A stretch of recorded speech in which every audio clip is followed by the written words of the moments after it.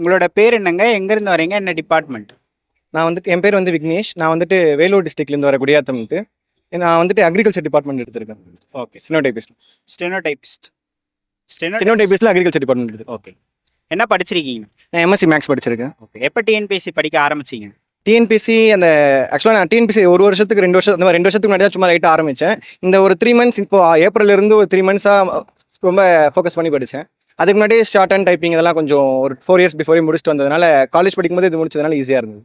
ஸ்டெனோவில் 4மே முடிச்சிருக்கீங்க? ஸ்டெனோவில் போத் ஐயர் முடிச்சிருக்கேன், ப்ளஸ் இப்போ தமிழில் வந்துட்டு ஐஸ்பீடும் முடிச்சிருக்கேன் ஸ்டெனோவில். ஓகே.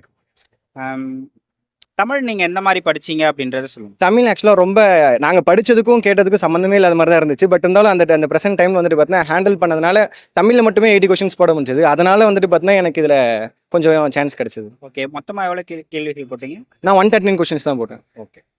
தமிழுக்கு நீங்கள் ஏதாவது வெளி புத்தகங்கள் படிச்சிங்களா? புத்தக பப்ளிகேஷன்ஸ் படித்தோம். புத்தக பப்ளிகேஷன்ஸ் வந்து ஆன்லைன் அந்த மாதிரிலாம் பார்த்தோம். பட் அதுலேருந்து மோஸ்ட்லி எதுவும் கேட்கப்படல. ஸ்கூல் புக்ஸ்லாம் தான் படித்தோம் ஜஸ்ட்டு.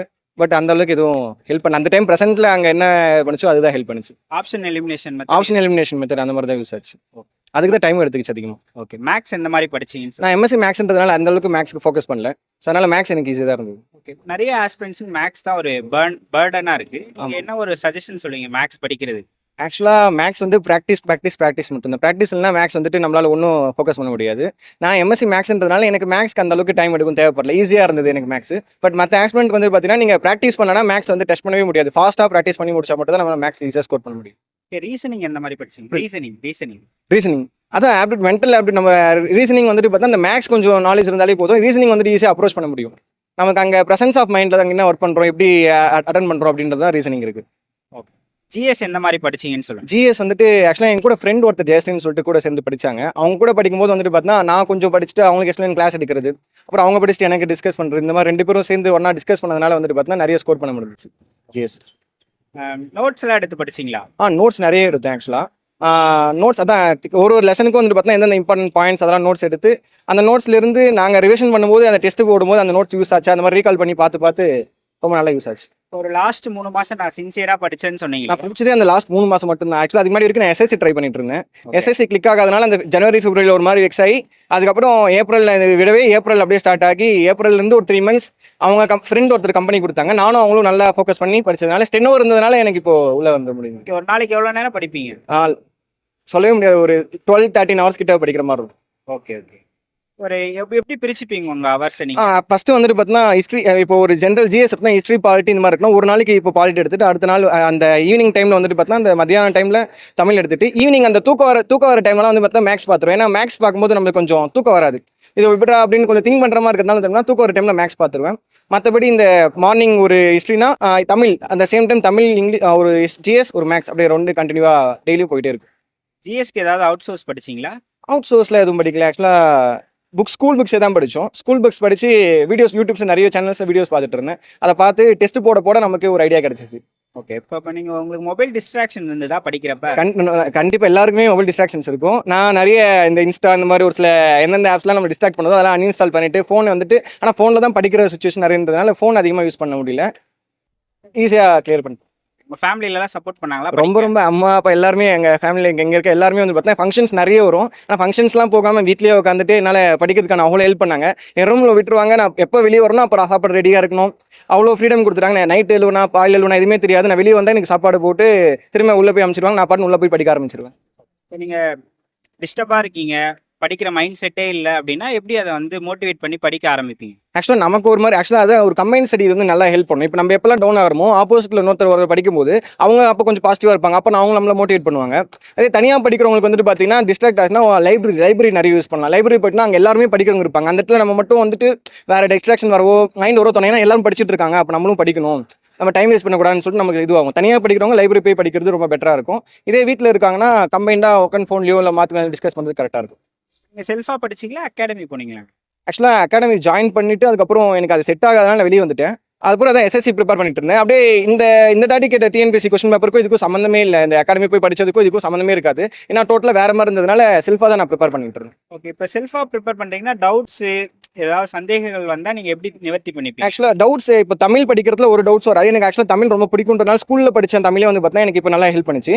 அதை தாண்டி வந்துட்டு பார்த்தீங்கன்னா இப்போ நீங்கள் ஜிஎஸ்ல படிக்கணும்னா யூடியூப்லேயே வந்துட்டு பார்த்தீங்கன்னா அவ்வளோ சேனல்ஸ் இருக்குது, அவ்வளோ வீடியோஸ் இருக்குது, ரொம்ப கிளியராக எக்ஸ்பிளைன் பண்ணிடுவாங்க. அதை தாண்டி எனக்கே நிறைய இன்ட்ரெஸ்ட் இருந்ததுனால நான் வந்துட்டு ஈஸியாக அப்ரோச் பண்ணுவேன்.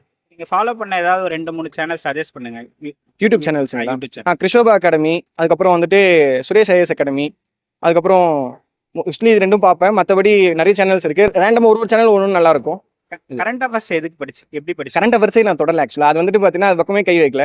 ஏன்னா ஸ்டெனோ டைப்பிங் இருக்கிறதுனால வந்து பார்த்தீங்கன்னா ஃபோக்கஸ் பண்ணது வந்துட்டு மேக்ஸ், ஜிஎஸ், அதுக்கப்புறம் வந்துட்டு பார்த்தீங்கன்னா தமிழ், இது மட்டும் தான் ஃபோக்கஸ் பண்ணேன். கரண்ட் அஃபேர்ஸ் வந்துட்டு ஒரு 10-15 கொஸ்டினுக்காக வந்துட்டு பார்த்தீங்கன்னா எனக்கு இருந்த அந்த 3 மாதம் டைமில் வந்துட்டு பார்த்தா கரண்ட் அஃபேர்ஸ் கவர் பண்ணுறது ரொம்ப கஷ்டமாக இருந்ததுனால நான் ஃபஸ்ட்டு இருக்கிறத மட்டும் கரெக்டாக படிப்போம் அப்படின்னு சொல்லிட்டு படிச்சிட்டேன். ஜிஎஸ்ல எல்லாமே படிச்சீங்களா இல்லை சயின்ஸ் ஜியாகிரஃபிலாம் மீட் பண்ணி? சயின்ஸ் மீட் பண்ணோம். ஜியாகிரஃபி ஆல்ரெடி நாங்கள் முன்னாடி திரும்ப நிறைய விஷயம் அந்த எஸ்எஸ்சி ப்ரிப்பேர் பண்ணுறது தெரிஞ்சதுனால வந்து பார்த்தீங்கன்னா ஜியாகிரஃபி ஈஸியாக தான் இருந்துச்சு. அதான் 5 கொஸ்டின் தான் இருந்துச்சு ஜியாகிரஃபியில். சயின்ஸ் வந்துட்டு நாங்கள் அந்த அளவுக்கு சயின்ஸும் வந்துட்டு 5 கொஸ்டின் 2-3 கொஸ்டின் ஈஸியாக படிக்காமல் போனாலே அட்டன் பண்ண முடியும். அதில் அதை ஃபோக்கஸ் பண்ணல. உங்களுடைய ரிவிஷன் மெத்தட் எப்படி இருந்தது இந்த 3 மாச டைம்ல? 3 மாசத்துல 2 மாசத்துல போர்ஷன் முடிச்சு மிச்சம் ஒரு ஃபுல்லா வந்து பார்த்தா இப்போ ஆக்சுவலாக AIMTN சொல்லிட்டு கவர்மெண்ட்டே யூடியூப் சேனல் நடத்துனாங்க. அந்த சேனல் வந்து பார்த்தா எங்களுக்கு டெஸ்ட் சீரிஸ் போட்டு இருப்பாங்க. அந்த டெஸ்ட் சீரிஸ் போட நாங்கள் வந்துட்டு படிச்சதெல்லாம் ரீகால் பண்ணி இந்த டெஸ்ட் அட்டன் பண்ணோம். இதுக்கு இந்த போர்ஷன்ஸ்லாம் கவர் பண்ணணும்னு சொல்லிட்டு ஈஸியாக போர்ஷன்ஸ்லாம் கவர் பண்ணி டெஸ்ட் அட்டன் பண்ணோம். டெஸ்ட்டும் போட்டீங்க நீங்க? டெஸ்ட் ஆக்சுவலாக AIMTN சேனல் அந்த மனித மந்திரி அந்த சேனல் தான் ரொம்ப யூஸ் பண்ணுச்சு. டெஸ்ட்டுக்கும் ரிவிஷனுக்கும் ரொம்ப யூஸ் பண்ணுச்சு. மேரத்தான் வீடியோலாம் போட்டுருவாங்க. அதை பார்த்துட்டு வந்து நாங்கள் படிச்ச ரிவிஷன்லாம் வந்து பார்த்தா எங்களுக்கு யூஸ்ஃபுல்லாக. எக்ஸாம் ஹாலில் என்னென்ன மிஸ்டேக்ஸ் பண்ணக்கூடாது? எக்ஸாம் ஹாலில் நீங்கள் ஒரு கொஸ்டின் தெரியலனா நம்ம எல்லாருமே சொல்லுவோம் ஆக்சுவலாக தெரியல அடுத்த கொஸ்டின் மூவ் ஆகலான்னு சொல்லிட்டு. ஆனால் எங்களுக்கு தமிழ் பார்க்கும்போது மொத்த கொஸ்டினுமே தெரியாத மாதிரி தான் இருந்தது, எல்லாம் புதுசாக இருந்ததுனால. ஆனால் நான் அது விடாமல் அதுக்கு நான் டைம் அதிகமாக ஸ்பெண்ட் பண்ணனால தான் என்னால் கொஸ்டின்ஸ் கம்மியாக போட முடிஞ்சிச்சு. இல்லைனா வந்துட்டு நான் இன்னும் கொஸ்டின் நிறைய லாஸ்ட்டில் எனக்கு கொஸ்டின்ஸ் போகிறதுக்கு டைமே பத்தலை ஆக்சுவலாக. ஆனால் நம்ம என்ன பண்ணோம்னா ஃபஸ்ட்டு நான் வந்து எல்லாரும் வந்து ஜிஎஸ் அட்டன் பண்ணிட்டு இருந்தோம்னா தமிழ் வந்துட்டு கொஞ்சம் ஈஸியாக கூட அட்டன் பண்ணிருக்கலாம். எல்லாரும் எனக்கு தமிழுக்கு 1.5 hours டைம் எடுத்துக்கிச்சு அந்த 8 கொஸ்டின்ஸ் போடவே. 8 கொஸ்டின்ஸ் போட்டாலும் எனக்கு டைம் எடுத்தது அதிகமாக இருந்ததுனால என்னால் லாஸ்ட்டில் ஜிஎஸும் மேக்ஸும் கவர் பண்ண முடியாமல் போயிடுச்சு.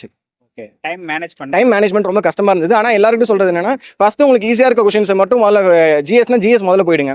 தமிழ் இந்த வாட்டி கஷ்டமா கேட்ட மாதிரி உங்களுக்கு அடுத்த முறையும் கேட்குற மாதிரி இருந்துச்சுன்னா நீங்கள் ஜிஎஸ் முதல்ல செலக்ட் பண்ணிட்டு மேக்ஸ்லாம் செலக்ட் பண்ணிட்டு அதுக்கப்புறம் தமிழுக்கு வாங்க. நீங்க என்ன மெசேஜ் சொல்றீங்க ஆஸ்பிரண்ட்ஸ்? நீங்கள் கான்ஃபிடென்ட்டாக படிச்சுட்டே இருங்க. நீங்கள் படிச்சுட்டே இருந்தீங்கன்னா என்னைக்காவது ஒரு நாள் சக்ஸஸ் கண்டிப்பாக கிடைக்கும். இப்போ நான் வந்துட்டு ஃபஸ்ட் கவுன்சிலிங் ஆக்சுவலாக வந்துட்டு போனேன். இது செகண்ட் கவுன்சிலிங். ஆனால் ஃபஸ்ட் கவுன்சிலிங் வந்துட்டு பார்த்தீங்கன்னா எனக்கு முன்னாடி இருக்கிறோட வேகன்சி ஃபில் ஆயிடுச்சு. கரெக்டாக நான் முன்னாடி போகிறேன், என்னோட கேட்டகரி வந்து பார்த்தா ஃபில்லுன்னு சொன்னாங்க. அதனால வந்துட்டு பார்த்தா நான் கொஞ்சம் இதுவாகிட்டு ஓகே இதுவாக வேணாம் அப்படி விட்டுருந்தேன்னா போயிருக்காது. திரும்ப நான் படிக்க ஆரம்பிச்சிட்டே இருந்தேன். அந்த சேம் வயசு வந்து பார்த்தா திரும்ப செகண்ட் கவுன்சிலிங் கூப்பிட்டாங்க.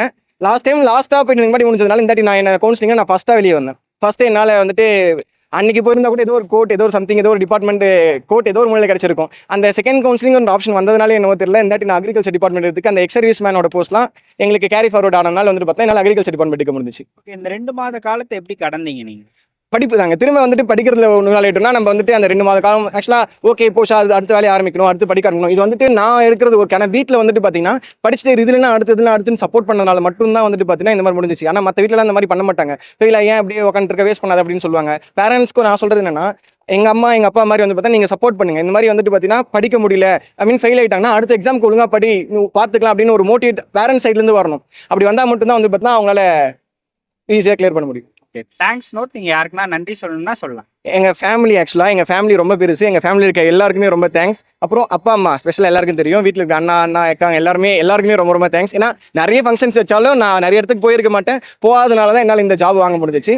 ஸோ எல்லாரும் சப்போர்ட் பண்ணாங்க. ரொம்ப தேங்க்ஸ் எல்லாருக்கும். ரொம்ப நன்றி. தேங்க்யூ.